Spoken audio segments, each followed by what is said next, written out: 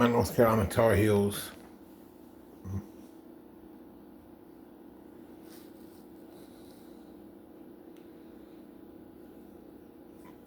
It's not like they fell asleep at the start of the game.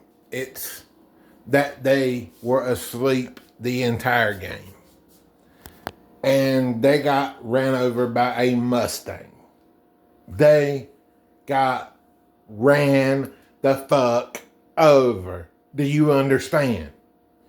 They got abolished. They got annihilated. They got everything that you can throw at them. This game today against SMU reminds me of so many games last year.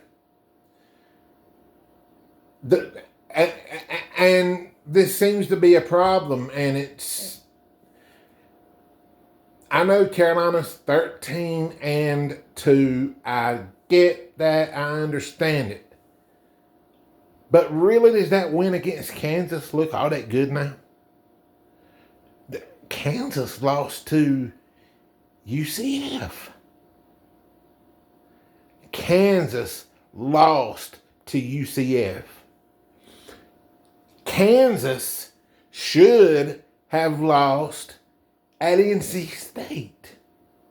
Pitiful NC State. Oh, Will Wade, NC State. Speaking of NC State, they got the brakes beat off them today too. But I'm not going to brag about that because my team, the North Carolina Tar Heels, when they go to Charlottesville, the same thing's going to happen. Here's the problem with North Carolina. Number one, coaching. Number two, they don't have a point guard. When in the hell is the last time North Carolina has never had a true point guard? They don't got one. They don't got one. And if anybody thinks that this team is going to make a deep run without a point guard, you better think twice. I mean, this team has at least in an improved ACC, just a slightly improved ACC. Not a majorly improved ACC, but slightly improved. Slightly. They're going to lose 10 games. I mean, they can't defend. When they play against teams like Louisville and Duke, how are they going to defend? They can't.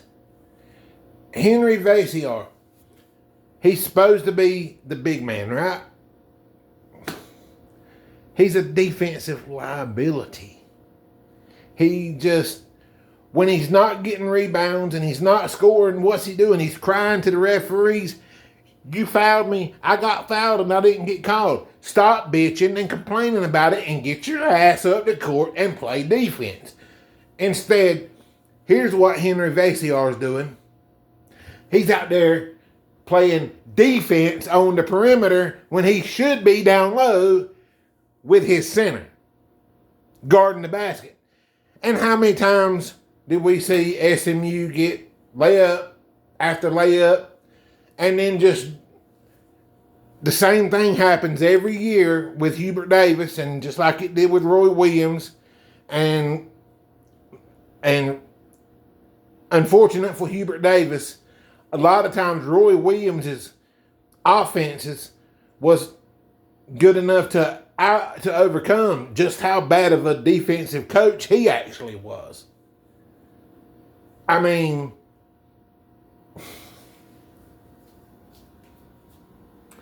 the Hubert Davis don't have that. You just don't have it.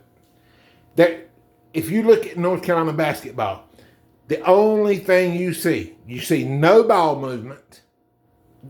It's stale. right from the start until the end of the game. It's stale. There is no ball movement. And the only time they're getting dunks is when they're getting wide open dunks or they're getting putback dunks. That's the only time they can score inside. And it's just not the Carolina way. That's not the Carolina way.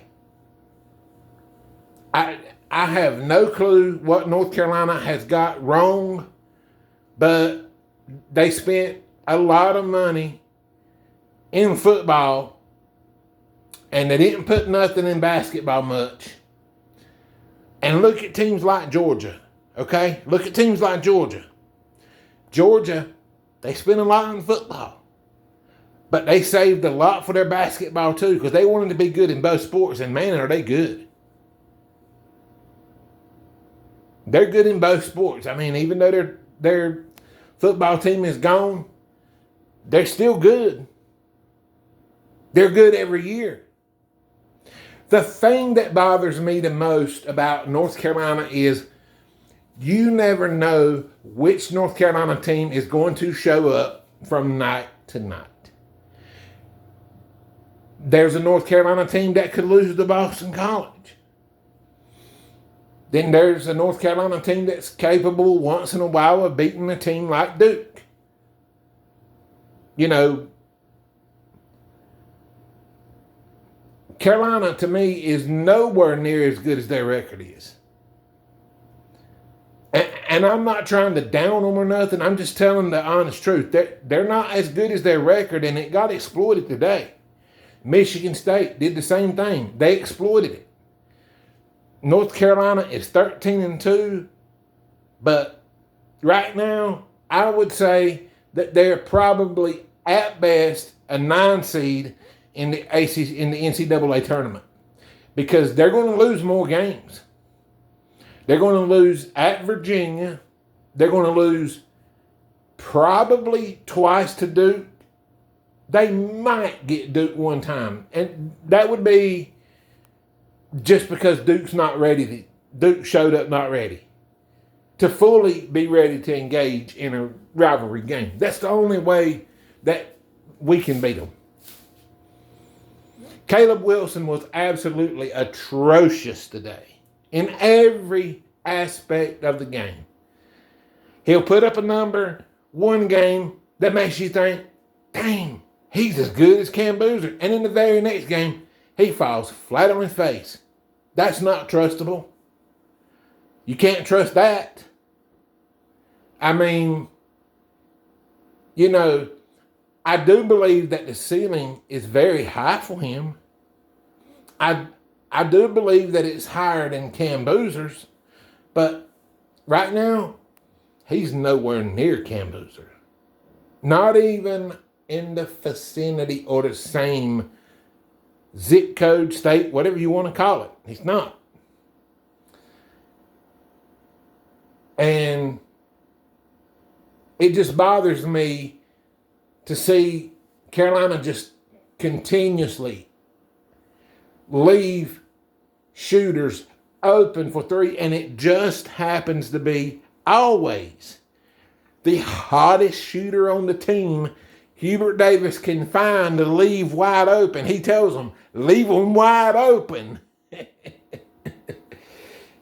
Oh, Lord, Lord, Lord.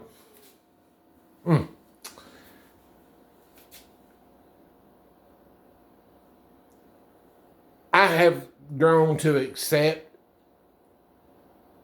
that this is where we're going to be at with Hubert Davis. You know, as far as North Carolina getting top tier talent, it's just not going to happen. It's just not going to happen. They're not going to roll in at North Carolina like they do at Duke and roll out. It's just not going to happen. It's unfortunate, but it's not going to happen.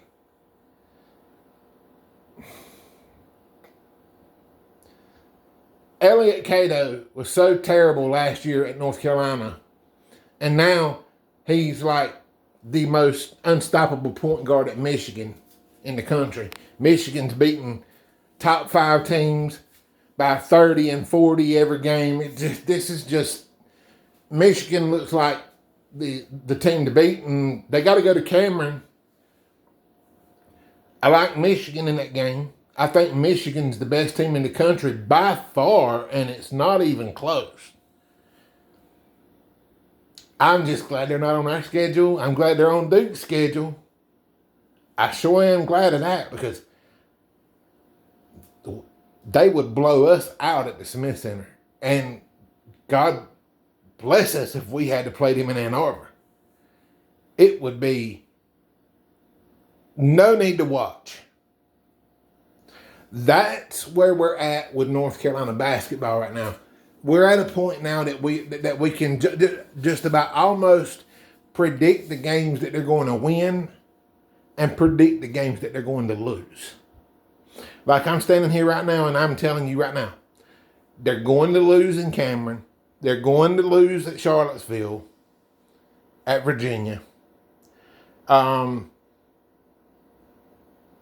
It depends on where the Louisville game is. I haven't looked that up yet, but if it's at Louisville, they're going to lose that game too. California, I got them losing that game. Stanford, they can't throw the ball in the ocean, so I think they'll eat that win out, but I think they'll give up a lot of points to Stanford. Even though Stanford can't throw the ball in the ocean, I think Carolina will win an ugly game at Stanford.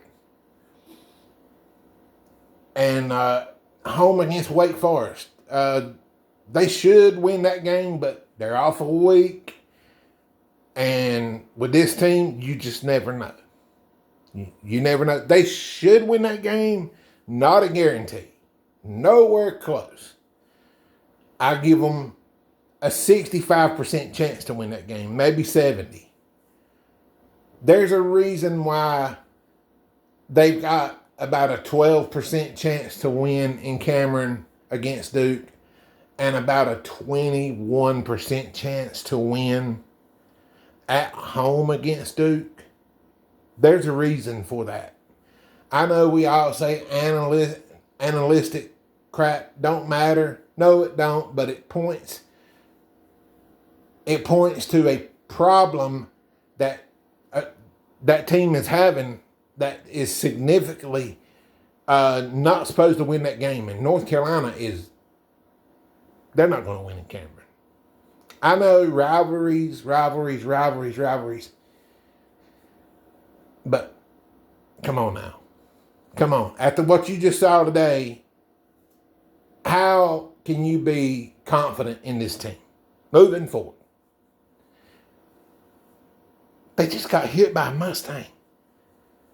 And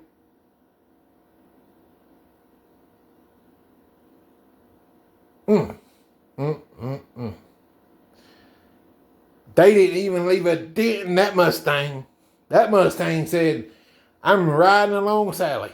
God almighty knows North Carolina is terrible in football and not much better in basketball. Jesus Christ.